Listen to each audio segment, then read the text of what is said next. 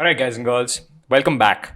So in the last episode, we have this cool little master div that we've created that's black in color, and we have these two boxes, two divs that are inside it that are floated next to each other. Now I'm going to introduce a new element which is a header. So let's write inside the master div. I'm going to create a header. Let me say h1. I'm going to give it a class which is I'll call it white header. I'm just going to say hello. And I'm giving it a class of white header because I want it to be, a different color. I'm going to say color is white. That should be good enough. I'm going to refresh. So we have a header here. Now, if I want to move the header, I'm always going to affect all the other elements. And let me give you an example of that. So if I go to style and I say, let's just do margin top 200 pixels. Suppose I do this, you can instantly see that not only did the header move down, it also pushed the other elements below, right? So those elements are out of their place too. So everything that wherever you use margin and padding, it affects all the other elements. But if we wanted to just move the header around a little bit, maybe a little to the left or a little to the right, make some micro adjustments, how are we going to do that? And the way to do that is using the position attribute, right? So let's remove the margin. I wanted you to see what it looks like first without the margin. So this is how it looks. And I'm going to give this a position attribute of relative. Now, there are many ways to do position and relative is one of them. But relative now allows you to, it frees itself from the shackles of the viewport. And now you can make minor adjustments on it. Instead of margins and paddings, we're just going to use things like top, and we can use left. And you can use things like bottom and right as well. You can position it exactly how you want it to be. So let me show you, right? So this is what it was. I'm going to refresh it. As you can see, it moved a little bit to the right. You can also use negative top and left. So I can say negative 25 pixels and I can say negative, I can just do some negative stuff. And as you can see, it went off of the master div. It's gone to the left of it. It's gone higher. And that's how you make micro adjustments, right? That's how the position relative works. Now I want to do something more interesting, right? Now, what I want to do is I want to take this box with this cat inside it, and I want to move it to somewhere completely, maybe here, maybe completely off of the master div, right? Why should it obey the rules of the master div? To do that, we use something called position absolute, right? So let's just go to the cat. I think it was the first play box. Yeah, that's what it is. I'm going to give it a new attribute called position absolute. I'm going to save this. I'm going to here pos absolute. Let's give it a position absolute. Let's give it a top of 0. Let's give it a left of 0. So this should pull the entire cat box, right, and place it on the top 0 and left 0, which is right on top. It disobeys every other rule because position absolute allows it to disobey every other rule.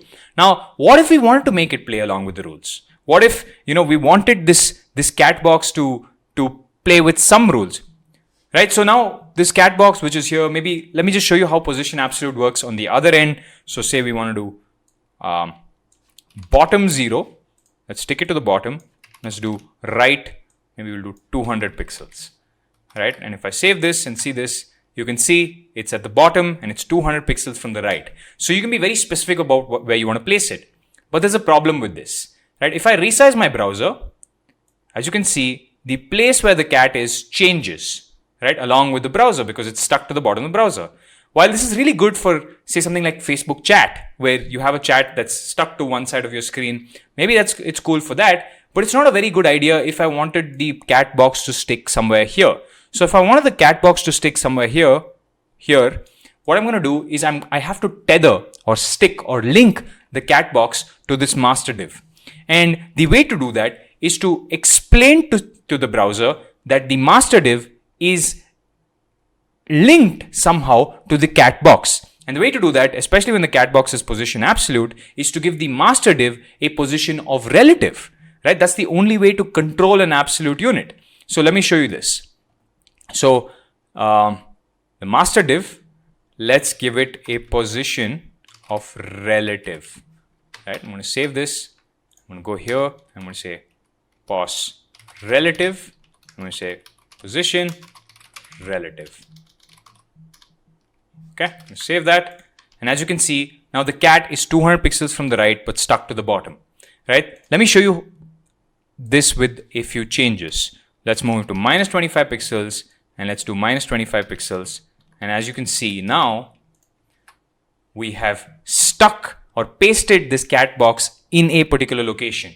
Now, this is very useful when you want to have things like badges or, some sort of banners which are somewhere half outside, half inside a box. Because now when you resize the browser, the cat box stays stuck to the master div. And the reason for this, again, like I said, the master div needs to have a position of relative, and then its child or whatever's inside it needs to have a position of absolute. And then you need to give the position absolute entity some properties like top and bot, or top and bottom and right and left, so that it sticks to a particular part, whichever part you desire.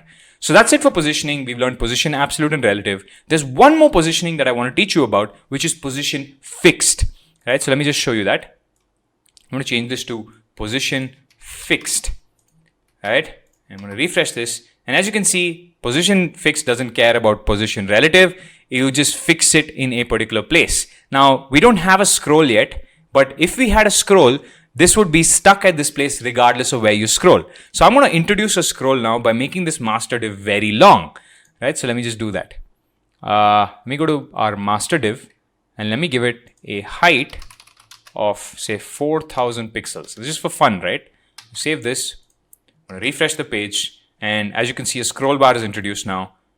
Everything's moving except this cat in the bottom. And that's because the cat box has been given a position of fixed, which means it's going to stay there regardless of what we do. It's stuck at a particular place and it'll be stuck, it moves with the browser, but it'll be stuck relative to all the other elements. So that's it for this episode. Catch you on the next.